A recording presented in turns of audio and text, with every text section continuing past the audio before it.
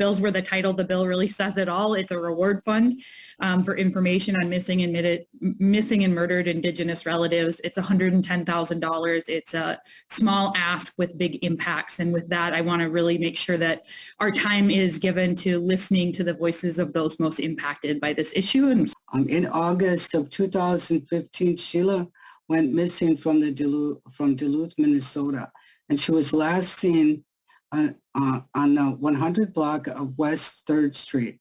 She is still being sought by her family and friends and relatives, and her case is an open case with the city of Duluth.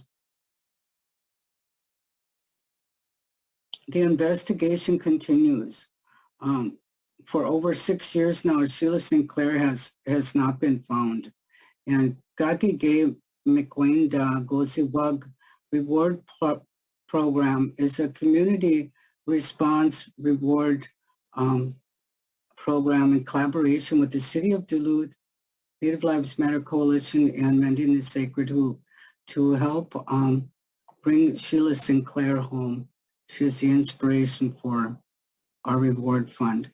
Building on the Indigenous-led community response model, MMIW and MMIWG2S families, their advocacy, and their Indigenous communities are empowered and honored by the support of our state legislators in establishing this statewide reward fund. Every Native person is affected by violence towards our women, our children, our relatives, and especially two-spirited members of our community.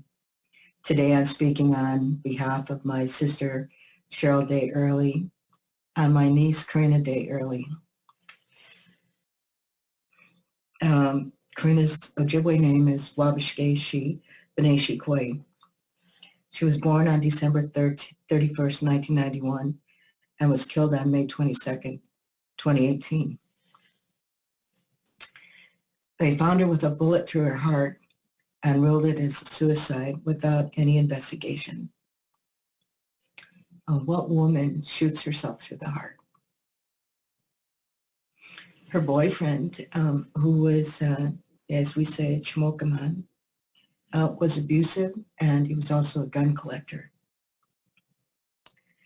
Today, he is living his life in northern Minnesota with another Native young woman. And, you know, Karina was living in Tower. They have 2 police officers. And he did not call the police until a half hour after she died.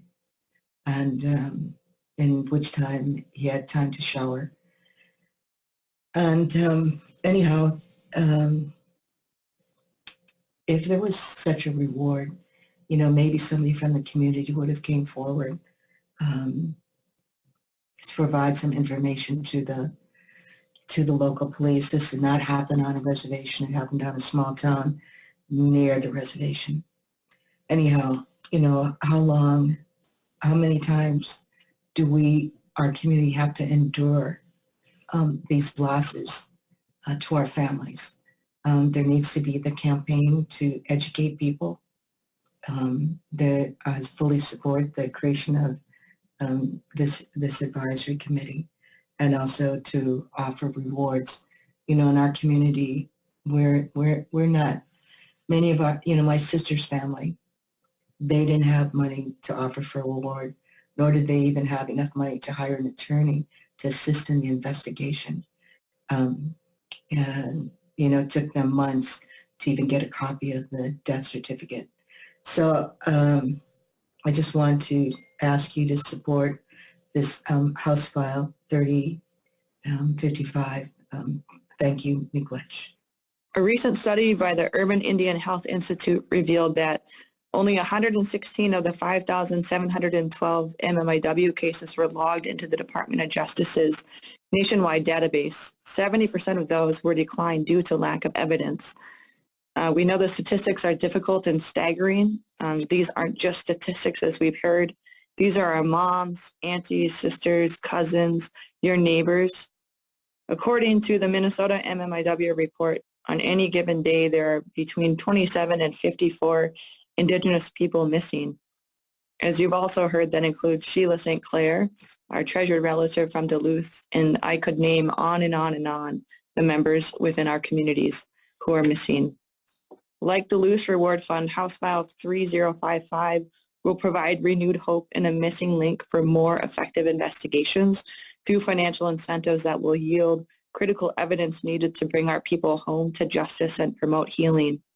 This fund won't bring somebody back, but it will let people know there's value in them opening up and sharing the information that they know, that they hold in their being. This isn't just an Indigenous issue, though. It's a human issue. When any of us are dehumanized, we're all dehumanized. All of us carry parts of this MMIW epidemic in our stomachs, in our hearts forever, lodged there. And we need to be reminded that we're not only survivors, but that we're victors. And so together with a good heart, we can move towards that healthier future free of violence with these sustaining investments of monies and resources to tackle this epidemic. Our ancestors, I know our daughters, my daughter, our relations are counting on us. And so again, we wish for your support of House File 3055 and the continued transformational work that you are doing and playing a part in creating a Minnesota where we can all thrive. You know, one of the primary roles of government is to protect its people. And we, as a city, as a community, were unable to have a proper reward to offer to give us that information that we desperately need to solve this case. We know that people out there have information that would lead to perhaps bringing Sheila home, but also to hold people into account. And we have relied upon the good graces of our community to reach out and to support. And I'm happy to share that we've raised nearly $10,000. That said, we know that in Duluth, our Indigenous communities are 6 times more likely to be victims of crime. We know that that's not just a trend in Duluth, that's a trend that is not only across our state, but nationwide. This bill will be incredibly helpful for us to have the resources to use to bring people forward who may be scared, who maybe need a little influence, to come forward and share their information. This is unique, and what Duluth is doing is really very unique. And I think especially at this point in history and in time and where we are for the community and law enforcement to completely be on the same page that this is a good idea and that this will have an impact, I think, you know, needs to be mentioned because it's very important. You know, to my knowledge, there aren't other states doing this, but that doesn't mean we can't be the first ones. We were the first ones to do the MMIW task force. We were the first ones to set up an office. I will just hope, and I will also pray that this does help, that this does make a difference. Thank you. There are some of us on the other side of the aisle that really do care, really do support this, and we want to see these missing and murdered people. First of all, we want the missing people to come home. We want the murdered people to have justice. So that's my thanks to you, Representative Beckerman. There are things that unite us in our humanity, and the need for closure and healing, and to know about our loved ones is it's a universal call. I thank you for sharing it. Mostly want to acknowledge my testifiers and thank them for their work. It is very difficult to live with this trauma every single day for a lot of families. As I shared in previous steps in dealing with this issue and this crisis, my great-grandmother was murdered when my grandma was 5 years old, and on our homelands in the Cass Lake area. And so I certainly have felt the reverberations of that trauma even generations later with how that impacted my grandma and everybody else in my family. And so it is personal. I think to really hit home on why this particular bill is really important, somebody knows something about every single one of these cases There are not, people don't just disappear. Somebody knows something. And, whether it's, there's a young man, and I think it's a missing and murdered Indigenous relatives office, because it does happen to men and boys too, certainly felt more strongly by women and Two-Spirit folks. But there's a young man who's been missing in my home community for 6 years now, disappeared on Halloween night. Somebody knows.